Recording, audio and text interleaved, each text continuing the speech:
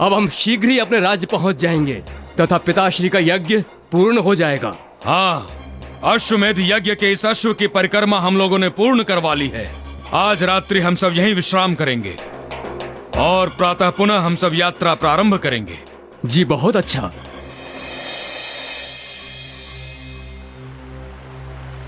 फिर क्या हुआ गुरुदेव? रोदन की आज्ञा अनुसार रात्रि विश्राम करने के लिए उन्होंने वहीं पड़ाव डाल दिया, किंतु शांति किसी के मन में नहीं थी। सब अंतः से चिंतित और भयभीत थे। क्यों गुरुदेव? राम, ये यज्ञ ही ऐसा था जो सबके लिए चिंता का विषय बना हुआ था। इनमें एक ऐसा था जो सबसे अधिक चिंतित और भयभीत था। वो कौन गुरुदेव? देवराज इंद्र।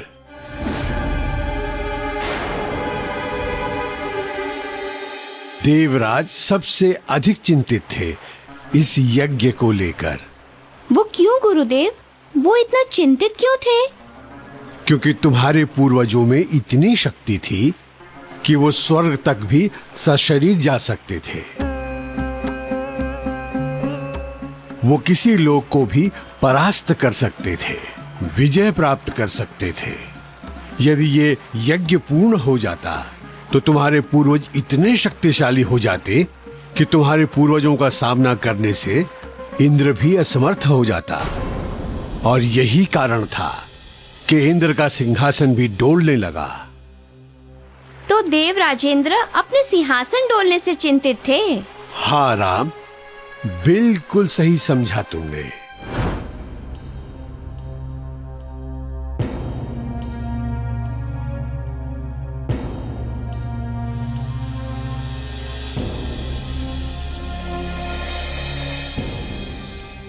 क्या बात है देवराज इंद्र, आज आप अत्यधिक चिंतित एवं तनावग्रस्त दिख रहे हैं। देवगुरु, सब कुशल होता तो मैं चिंतित एवं तनावग्रस्त क्यों रहता? क्या आपको विदित नहीं है कि कुशलता चिंता एवं तनाव का घोर शत्रु है? सो तो है देवराज इंद्र, किंतु मेरे पूछने का आशय यह था कि किस विषय को लेकर आप इतने चिंतित और तनावग्रस्त हैं। मेरी चिंता का कारण एवं तनाव का विषय है धरती लोक पर महाराज सगर के द्वारा किया जाने वाला अश्वमेध यज्ञ।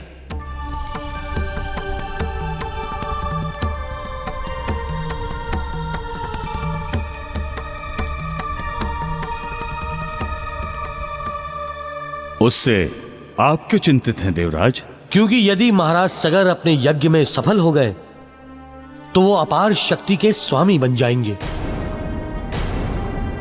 और फिर हो सकता है कि हम पर आक्रमण भी कर दें।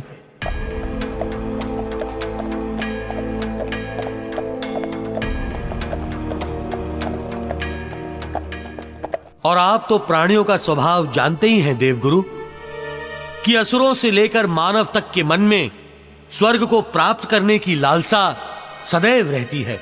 यदि महाराज सगर इस यज्ञ को पूर्ण कर सर्वशक्तिशाली बन गए तो क्या पता कब उनके मन में स्वर्ग का सुख भोगने की इच्छा बलवती हो जाए। क्योंकि गुरुदेव, मोह तो नैतिक अनैतिक कुछ भी नहीं देखता। देवराज, अत्यधिक चिंता और तनाव में आपकी समझ में नहीं आ रहा है कि आप क्या कह रहे हैं और किसके विषय में कह रहे हैं। क्या अनुचित कहा हमने? प्रश्न उचित और अनुचित का नहीं है देवराज, बात यथार्थ की है। जिनके प्रति आप संदेह प्रकट कर रहे हैं उनका संबंध इक्ष्वाक वंश से है। तो ये कि वो कुल सदैव से स्वर्गलोक में आता जाता रहा है।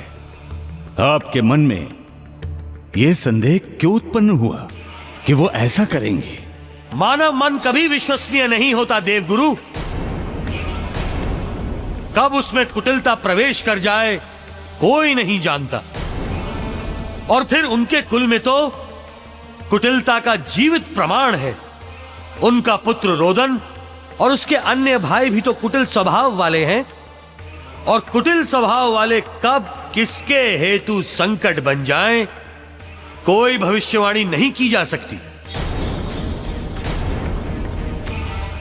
देवगुरु, मैं ऐसा नहीं कहता कि वो ऐसा ही करेंगे, किंतु संभावना से तो मुंह नहीं मोड़ा जा सकता। तो फिर आपने क्या विचार किया है? आप करना क्या चाहते हैं?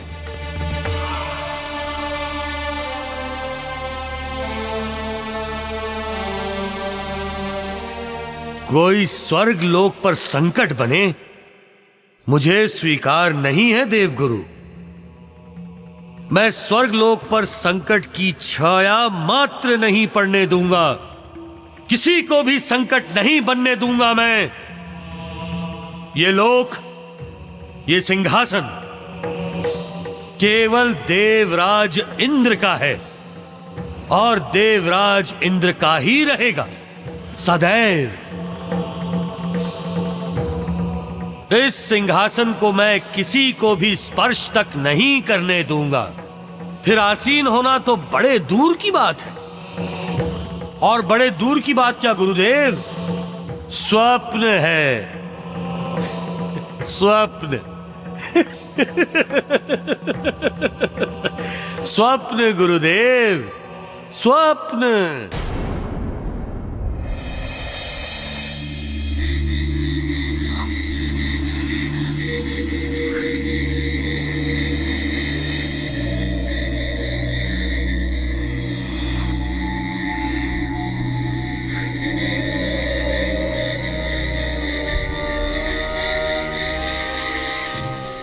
रोदन, मैं तुम्हारे इस अश्वमेध यज्ञ को पूर्ण नहीं होने दूंगा। तुम्हारे इस अश्व को अयोध्या कदापि नहीं पहुंचने दूंगा, चाहे इसके लिए मुझे छल अथवा बल की ही शक्ति क्यों ना अपनानी पड़े।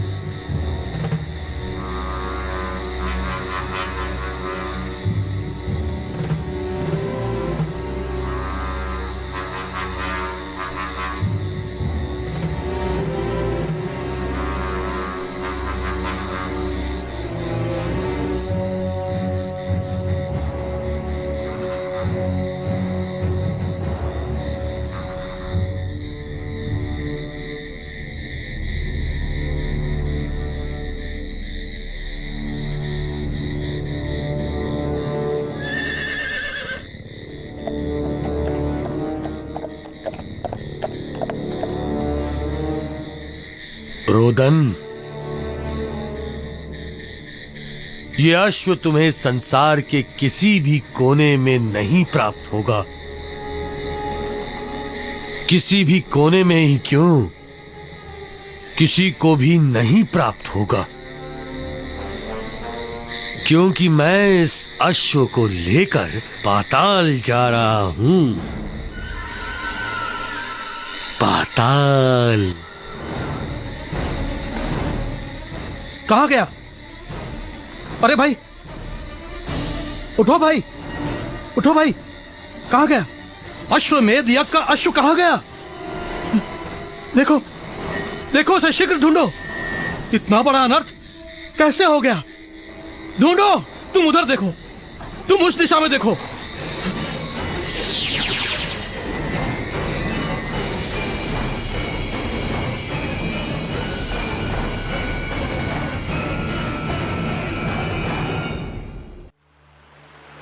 इस प्रकार तो देवराज इंद्र के कारण बहुत बड़ा अनर्थ हो गया। हाँ राम, जो कार्य न्याय संगत नहीं होगा, नीति संगत नहीं होगा, उससे तो अनर्थ एवं अनिष्ट ही होगा ना राम। परंतु गुरुदेव, वो उस अश्व को पाताल लोक में लेकर गए कहां? देवराज इंद्र उस अश्व को लेकर कपिल मुनि के पास गए फिर क्या हुआ वहाँ गुरुदेव? राम, वहां नियति ने ऐसा खेल खेला जिसका किसी को आभास तक नहीं था। वहां अहंकार और ऋषि के तप के बीच ऐसा तांडव हुआ जो वर्णन से भी परे है। और राम, यही तांडव आधार बना गंगा मैया के धरती लोक पर अवतरित होने का।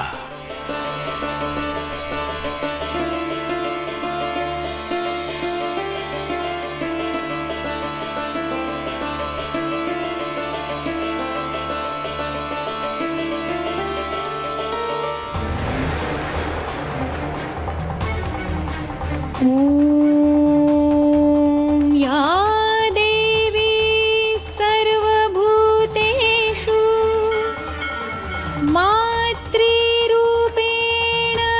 संस्थिता, नमस्तस्यै नमस्तस्यै नमस्तस्यै नमो नमः।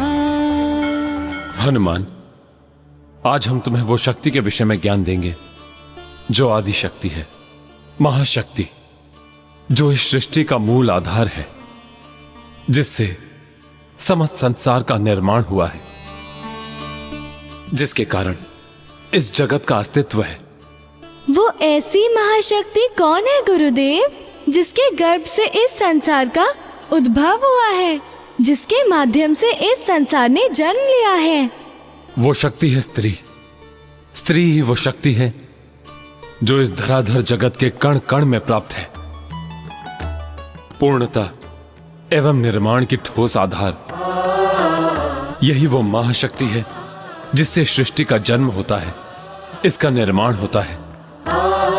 तथा यही वो आदि शक्ति है जिससे एक निश्चित समय के पश्चात धीरे धीरे एक एक करके सभी समा जाते हैं, सबका विलय हो जाता है इसमें। पुत्र, यही कारण है कि समस्त जगत नारी शक्ति को माता कहता है। असीमित बल एवं शक्ति से संपन्न, पालन पोषण का पर्याय। ऐसी असीमित शक्ति वाली माता को तो मैं प्रणाम करता हूँ गुरुदेव। इतना ही नहीं हनुमान, इस शक्ति में इतनी शक्ति है कि वो समय अनुसार अपने रूप एवं गुण को भी परिवर्तित कर लेती है। वही शक्ति जगत को भ्रमित करने वाली ठगनी माया भी है। हनुमान, इस महाशक्ति की प्रशंसा से सुख, शांति, समृद्धि एवं ऐश्वर्य का अभ्युदय होता है। मनोवांछित समस्त कामनाओं की पूर्ति होती है। यदि यह शक्ति कुपित हो जाए, अप्रसन्न हो जाए, तो प्रलयकारी विनाश भी हो जाता है। इस संसार की समस्त स्त्रियां इसी महाशक्ति, आदि शक्ति, जगत जननी की मूल स्वरूप होती है। यही कारण है कि इस जगत की प्रत्येक स्त्री में माता बसती है, जो समय समय पर संसार को संपूर्णता प्रदान करने हेतु विविध भूमिकाएं निभाती है। यही कारण है हनुमान कि नारी शक्ति जगत जननी कहलाती है। प्रत्येक रूप में, प्रत्येक पल, प्रत्येक स्थिति, प्रत्येक परिस्थिति में उसके आंचल से मातृत्व, स्नेह एवं करुणा की निर्मल सुखदायी धारा ही बहती है। संसार के समस्त जीव कुपुत्र हो सकते हैं, किंतु जिस महान शक्ति का नाम माता है, वो कभी कुमाता नहीं हो सकती।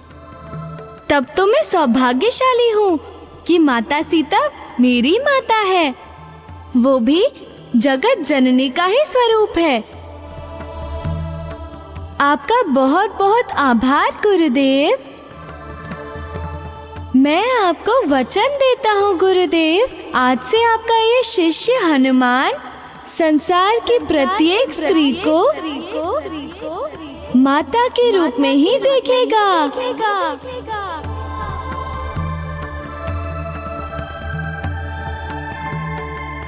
कल्याण हो।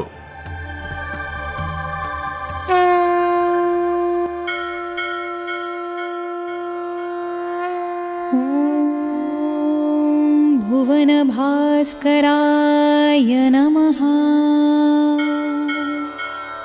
ॐ भुवनभास्कराय नमः। ॐ देदीप्यमानं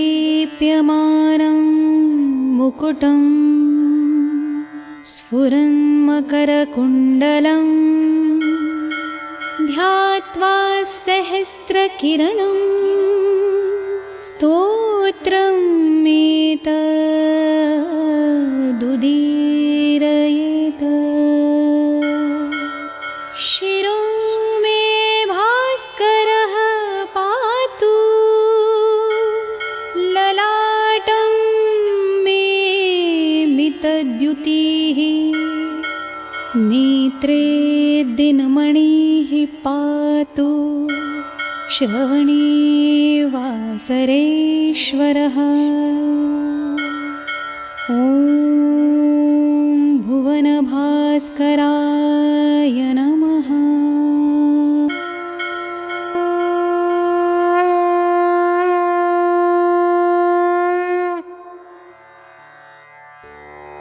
गुरुदेव, कौन है वो स्त्री जो इतने आतर्त स्वर में मानो करुणा के अथाह सागर में डूबकर आपके रक्षा कवच का पाठ कर रही है? हनुमान, संभवतः इसे ही विधि का लेख कहते हैं। आज अति साधारण दिखने वाली ये स्त्री साधारण स्त्री नहीं है।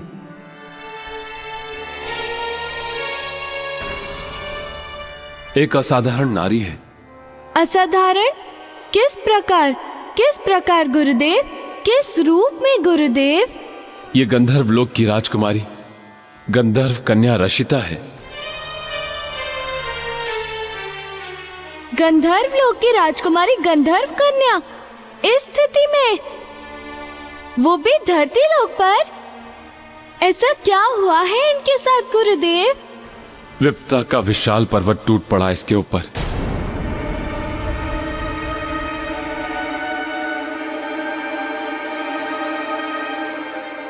ऐसी विपत्ति? कोई कारण तो होगा। हाँ, कारण है, क्योंकि संपूर्ण ब्रह्मांड में अकारण तो कुछ ही नहीं होता। सबके पीछे कोई ना कोई कारण अवश्य होता है। इसके पीछे कौन सा कारण है गुरुदेव? गंधर्व राज का श्राप। इस नारी की स्थिति इसी कारण है।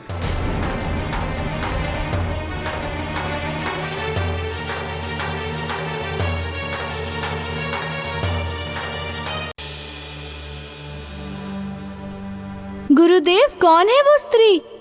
ये गंधर्व लोक की राजकुमारी गंधर्व कन्या रक्षिता है। एक समय की बात है, गंधर्व राज के घनिष्ठ मित्र ऋक्षराज रक्षिता पर मोहित हो गए, विवाह करने के इच्छुक हो गए। तदुपरांत जब रक्षिता ने विवाह की स्वीकृति नहीं दी, तब उसके पश्चात जो हुआ वो अत्यंत ही घातक एवं हृदय विदायक हुआ। नहीं, मैं ये विवाह कदापि नहीं करूंगी, कदापि नहीं करूंगी, किसी मूल्य पर नहीं करूंगी।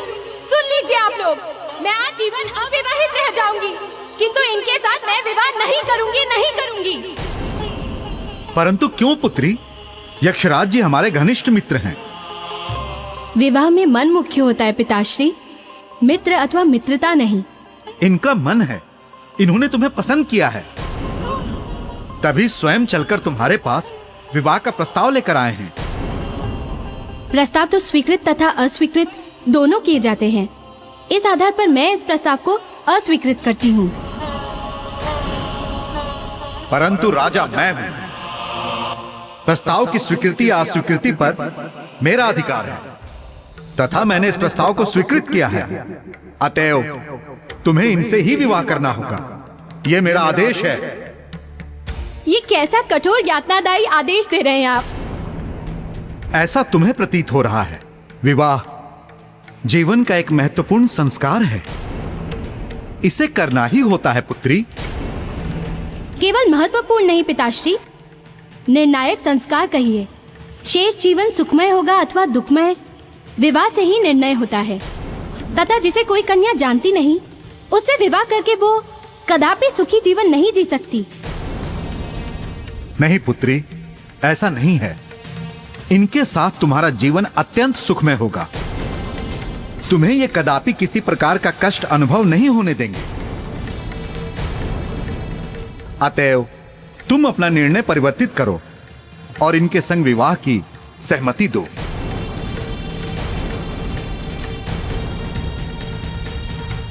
मेरा निर्णय अटल है और ये कदापि परिवर्तित नहीं होगा।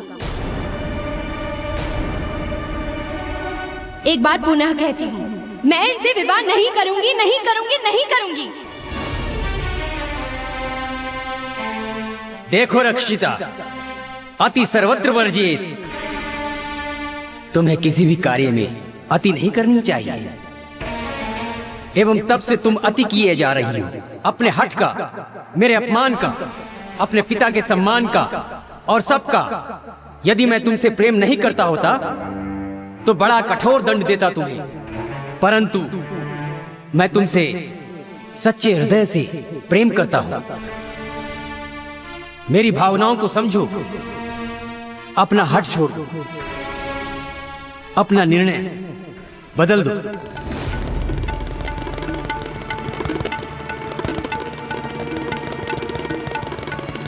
इधर देखो रक्षिता, इधर। मैं तुम्हें यह वचन देता हूं कि मैं तुम्हें हर प्रकार से प्रसन्न रखूंगा। एक बार तुम मेरी ओर देखो, मेरे नैनों में मेरी बातों की सत्यता तुम्हें दिख जाएगी। नैन तो दूर, मैं तुम जैसों का मुख भी देखना पसंद नहीं करती।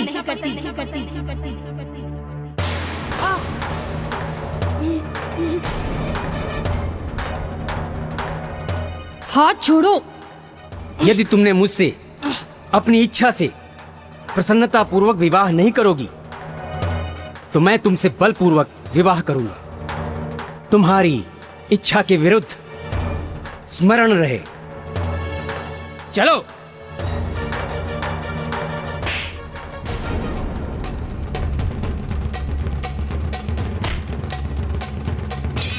रक्षिता, तुम्हारा यह दुस्साहस! तुमने मेरे मित्र का मेरे समक्ष ऐसा घोर अपमान किया। अपमान तो उसका होता है जिसका कोई मान होता है। एक सत्य कहूं, मुझे तो दुख हो रहा है कि आप मेरे पिता हैं। एक पिता का हठ निंदनीय है।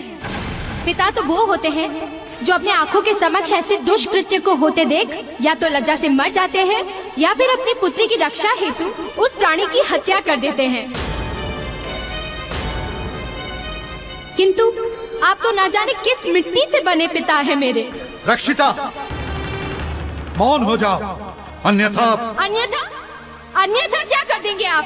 वध कर देंगे मेरा, यही ना? यदि पुत्री ना होती तो अवश्य वध करता, किंतु इस लज्जाहीन कर्म हेतु दंड अवश्य दूंगा। किंतु इस लज्जाहीन कर्म हेतु दंड अवश्य दूंगा। मैं गंधर्वराज अभी इसी क्षण तुम्हें गंधर्व लोक के सारे अधिकारों से वंचित करता हूं एवं तुम्हें श्राप देता हूं कि तुम निम्न साधारण से स्त्री बनकर पृथ्वी लोक पर विचरण करोगी एवं तुम्हें धरती लोक में इतनी पीड़ा और यातनाएं सहनी होंगी कि उसे सहते सहते तुम्हारा जीवन समाप्त हो जाएगा। किंतु पीड़ा एवं यातनाएं कभी दूर नहीं होंगी और पृथ्वी लोक पर प्रथम जो तुम्हें पुरुष मिलेगा वही तुम्हारा पति होगा।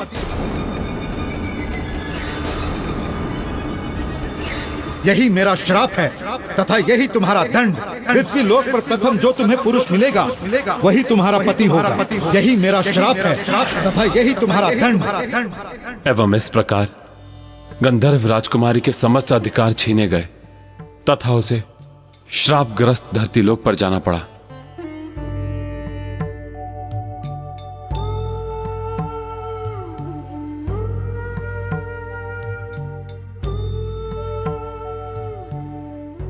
ये तो उनके साथ घोर अन्याय हुआ गुरुदेव।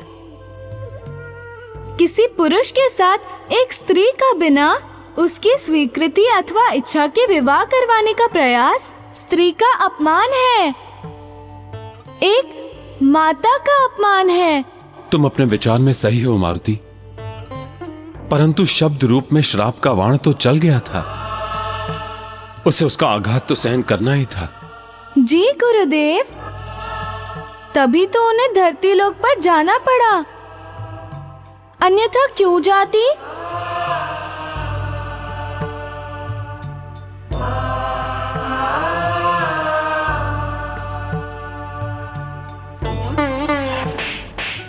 मैं गंधर्वराज अभी इसी क्षण गंधर्व लोक के तुम्हारे समस्त अधिकार छीनता हूँ। गंधर्व लोक के तुम्हारे समस्त अधिकार छीनता हूँ। गंधर्व लोक के तुम्हारे समस्त अधिकार छीनता हूँ एवं तुम्हें श्राप देता हूँ कि तुम निम्न साधारण से स्त्री बनकर पृथ्वी लोक पर विचरण करो, पृथ्वी लोक पर विचरण करो, पृथ्वी लोक पर विचरण करोगी और पृथ्वी लोक पर प्रथम जो तुम्हें पुरुष मिलेगा वही तुम्हारा पति होगा। पृथ्वी लोक पर प्रथम जो तुम्हें पुरुष मिलेगा वही तुम्हारा पति होगा।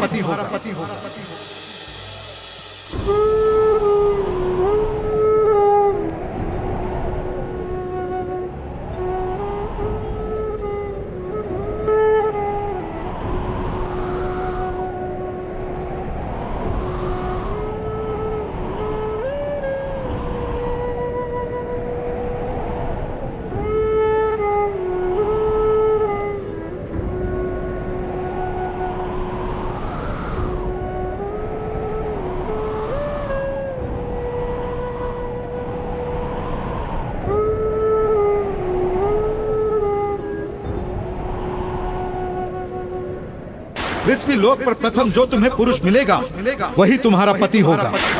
यदि तुमने ऐसा नहीं किया तो कुल नाशनी बनोगी, अपने माता पिता का मरा हुआ मुंह देखोगी।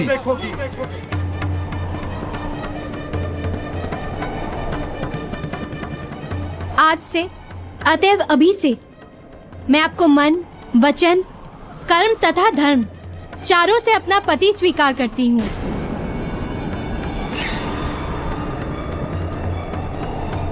सुनिए, क्षमा कीजिए, आप जो भी हैं, जैसे भी हैं, मैं जो भी हूँ, जैसी भी हूँ, ना आप मुझे जानते हैं ना मैं आपको जानती हूँ, किंतु मैंने आपको पति रूप में वरण कर लिया है। अर्थात आज से आप मेरे पति हैं, मेरे परमेश्वर। आपके अतिरिक्त मेरा और कोई नहीं है। अतएव उठिए, मुझे आशीर्वाद दीजिए।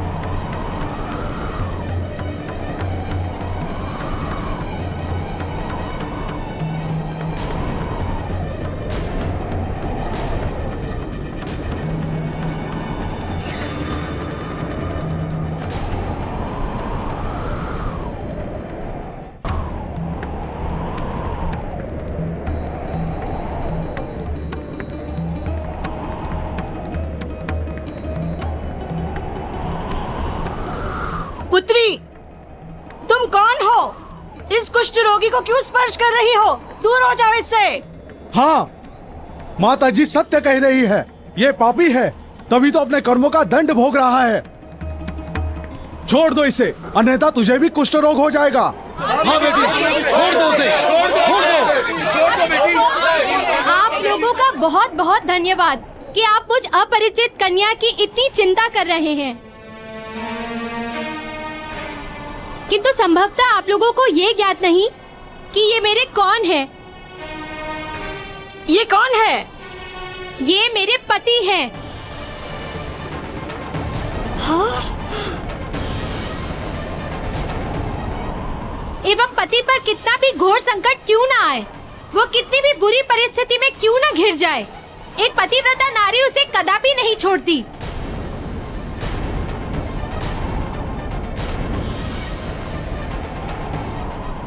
अतएव आप सबसे विनती है कि आप केवल मुझे इनका गृह बता दीजिए। अरे घर क्या, झोपड़ी है गांव के बाहर। बहुत बहुत धन्यवाद आपका।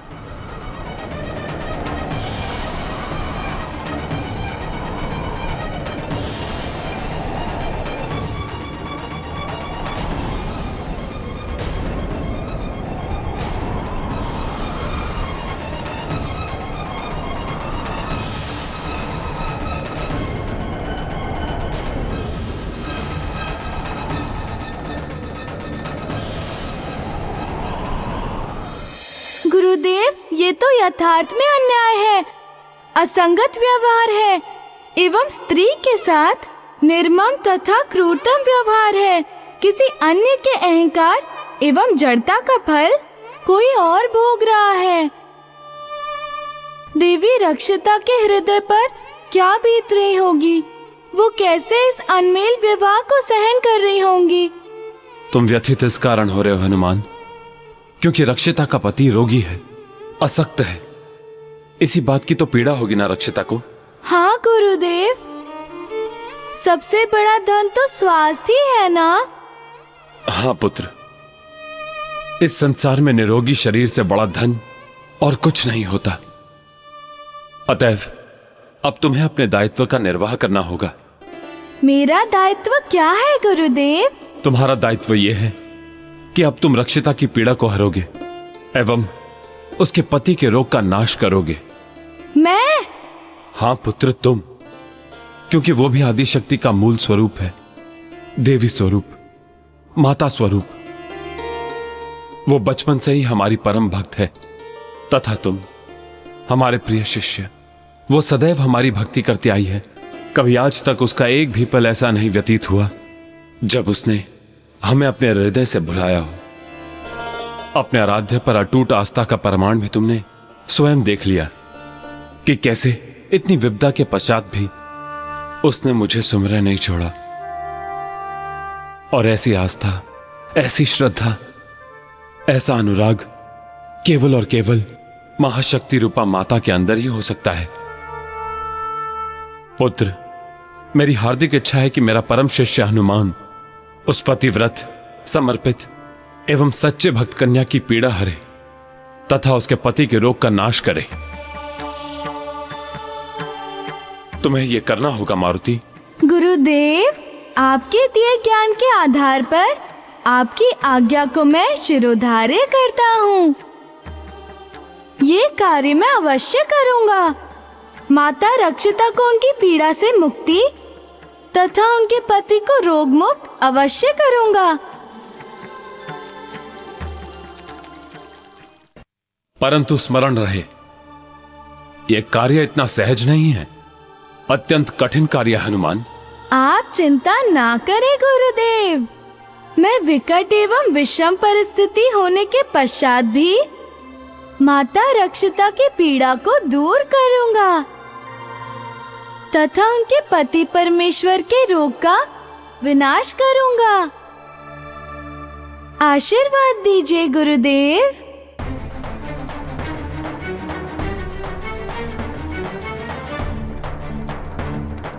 नासै रोग हरै सब पीरा,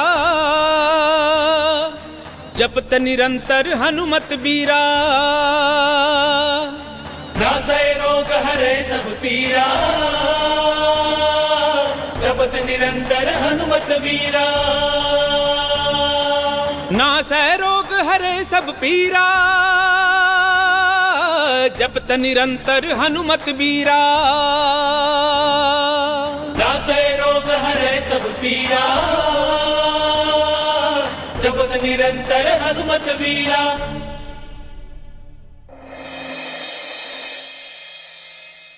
गुरुदेव, देवराज इंद्र के उस अश्वमेध यज्ञ के अश्व को पाताल लोक में ले जाकर छोड़ाने के पश्चात क्या हुआ?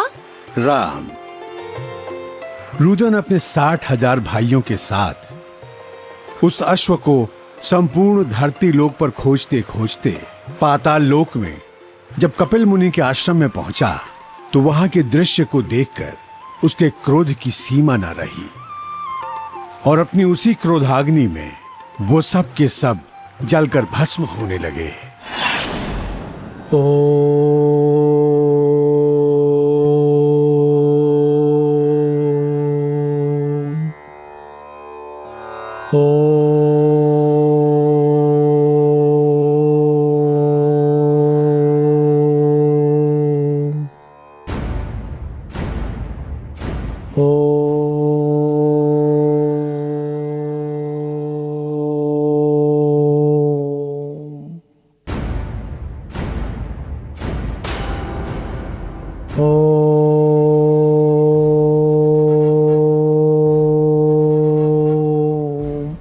भ्राताश्री, ये देखिए, अश्व यहाँ है।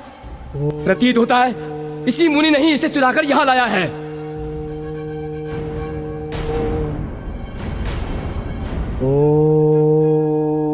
आंखें खोल और देख, तुम्हारी मृत्यु तुम्हारे सामने खड़ी है।